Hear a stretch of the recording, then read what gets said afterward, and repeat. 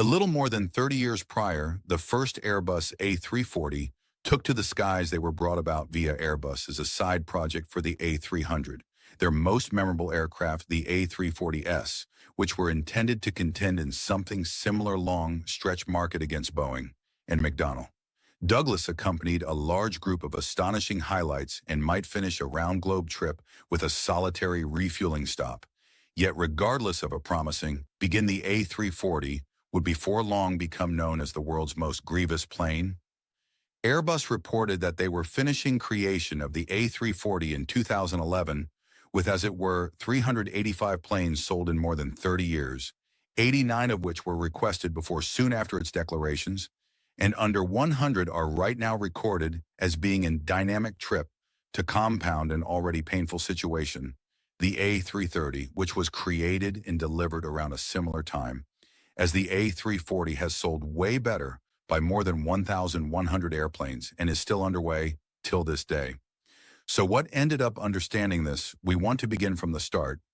The Airbus A340 was sent off in June 1987, close by the Airbus A330.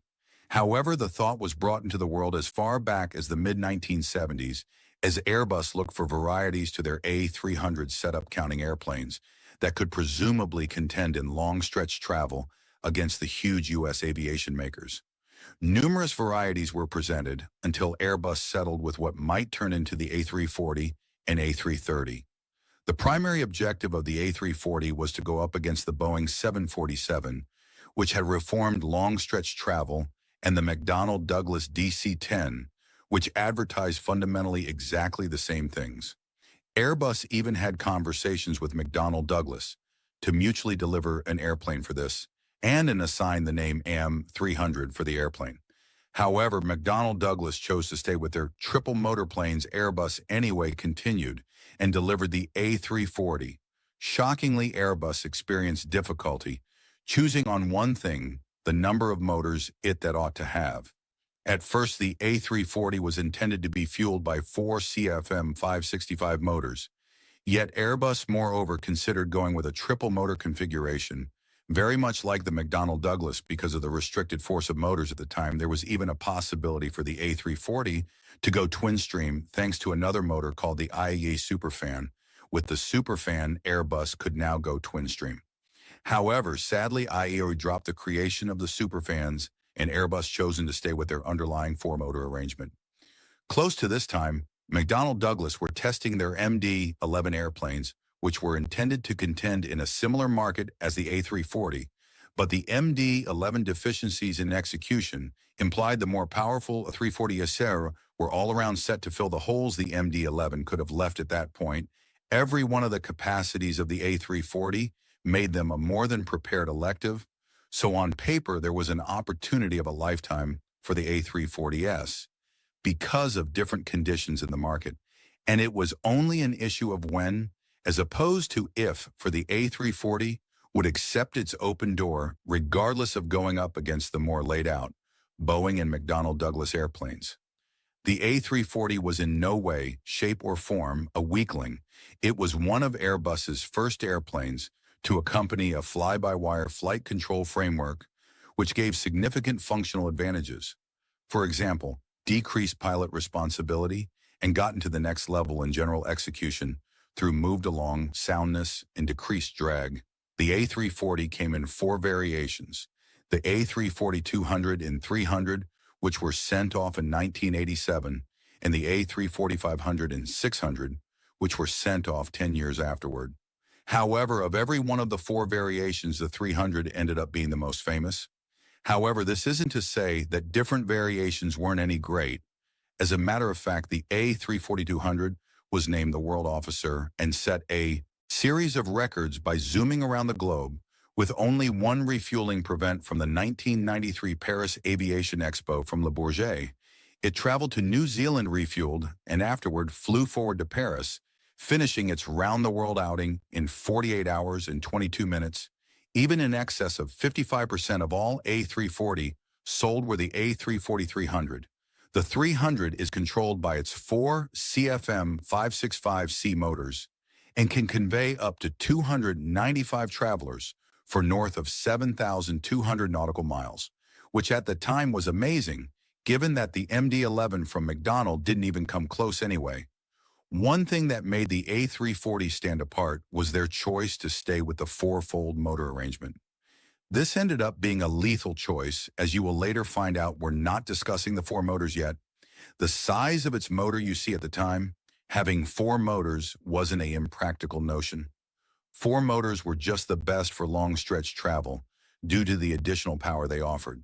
Yet at the same time, where the A340 misses the mark is its decision of motor. If we could look at the A340 to the 747, it misses the mark on nearly each angle, with the exception of its reach, which is very stunning when you consider it. The 747 is more established than the A340, yet the contrasts are colossal in any event. Checking out the motors, one thing stands apart as of now is the way it is. The motors of the A340 are more modest than that of the 747 also. The outcome is disturbing. The A340 produces 151 kilonewtons in push, while the 747 has 282 kilonewtons in push per motor. That is more than 100 kilonewtons. In contrast, this is very significant on the grounds that kilonewtons in flying lets us know serious areas of strength for how lift force is on the off chance that an airplane's wings would be able to create more kilonewtons of lift. It can convey more travelers' freight or fuel and remain still in the air. What this implied was that the A340-300 could always be unable to contend really against the 747 on account of its more vulnerable motors, and it was only after a full 10 years after the 300 that Airbus would accompany a more grounded kind of the A340. This would end up being a disastrous botch from Airbus. Yet at the time, this was a sorry worry to the European airplane producer, that is on the grounds that the interest for quad jets in Europe and Asia was high because of the lengthy reach, twin motor activities, execution principles, or ETOPS rules at that point. If you're considering what ETOPS as a matter of fact implies, you're likely not the only one. So let us make sense of this rapidly. ETOPS are a unique piece of flight rules for one motor and employable flight conditions. The Global Common Flying Association, or ICAO's prerequisites for ETOPS, have been in place beginning around 1985, when they were acquainted with apply a general degree of functional well-being for twin-motor airplanes, which was reliable with that of the advanced 3 and 4 motor planes, which had no limitations at the time, just put ETOPS. Evaluations didn't influence the A340s in light of the fact that subsequently, motors gave them a benefit in long-stretch travel against contenders with twin motors. These guidelines were still set up during the A340's improvement stage, and Airbus planned the A340 in view of this. That is the reason Airbus chose to deliver the A330, which were fueled by two motors in this way, more appropriate for the U.S. market, and delivered the A340 for the European and Asian business sectors. Despite the fact that it's critical to note that a few European transporters in reality leaned toward the twin planes, with this Airbus appeared to have struck the ideal equilibrium of utility and adaptability for their new deliveries. However, here is where the story takes an unforeseen curve, one that Airbus didn't see coming, that is on the grounds that not long after the A340's discharge, the ETOPS rules were abruptly updated thanks to Boeing. You see, Boeing persuaded the FAA that it could convey an airplane with ETOPS 180 on its entrance to support, and they did exactly that with the 777. Because of the updated rules, Airbus had another rival as the Boeing 777, which were twin planes that accompanied an ETOPS 180 rating that Boeing had applied for to the FAA. This made a huge difference, and unnecessary to say, with the changed ETOPS rules, the grievous destiny of the A340 was fixed. You see, an ETOPS 180 rating implies that twin jets had the option to fly for 3 hours with full burden on only one motor. This implies that courses that were nearly selective to quad planes were currently open to twin planes. It was the start of the end for the A340. Having a twin fly contender with the equivalent ETOPS rating implied that the A340, which advertised comparable traveler limit and ran to the 777, could never again contend for eco-friendliness. Due to having 4 motors against the twin planes of Boeing for carriers, it was an easy decision which airplane to browse. So the 777 immediately took piece of the pie off the A340. Furthermore, you could nail it down to two issues. The clearest reason was the two additional motors which the A340S had. Now that the ETOPS had permitted longer travel for twin planes, there was no strong need for airplanes having 3 or 4 motors any longer since they cost more to deliver, keep up with, and they too consume more fuel. This was particularly felt via Airbus during the worldwide monetary emergency of 2008 when the expense of fuel rose to very nearly $4 a gallon, when it had been at a little more than 50 pennies 10 years before. That is an incredible multiple times more per gallon per motor than carrier needed to pay. To fuel their armada, the A340 was done making cash for aircrafts and subsequently leisurely started to vanish from the sky. Heartbreaking as it is, that isn't the principal motivation behind why the A340 is so unfortunate. The next reason, anyway, is the most shocking, however less popular explanation was simply the motors of the A340 were basically as well little as we made sense of. Before, the motors of the A340 300 and 200 just didn't create a great deal of push with 151 kilonewtons. It's much seriously amazing when contrasted with the A330's 156 kilonewtons. It appears to be that Airbus deliberately decided for more modest motors with less push in any event, when they could have selected the very kind of motors that the 747 was utilizing, like Pratt and Whitney PW4000 or Rolls-Royce RB211. So for what reason did Airbus conclude to do this was since at the hour of advancement of the A340's ETOPS, 180 wasn't in the image. So Airbus planned the A340S with more modest motors as a top priority. This way they could support a long stretch trip for an expanded period, regardless of whether one of the motors fostered an issue. However, with the new ETOPS capabilities, it turned out to be more alluring for aircrafts to pick airplanes with strong planes which could offer better pushed, for example, Airbus with the A330 or Boeing with the 777. This deadly mix-up ended up being another misfortune for the A340. Airbus, as a matter of fact, attempted to amend this for their A340 arrangement with the A340-500, which had its first trip in February 2002. It came with a fuselage stretch of up to 4.3 meters.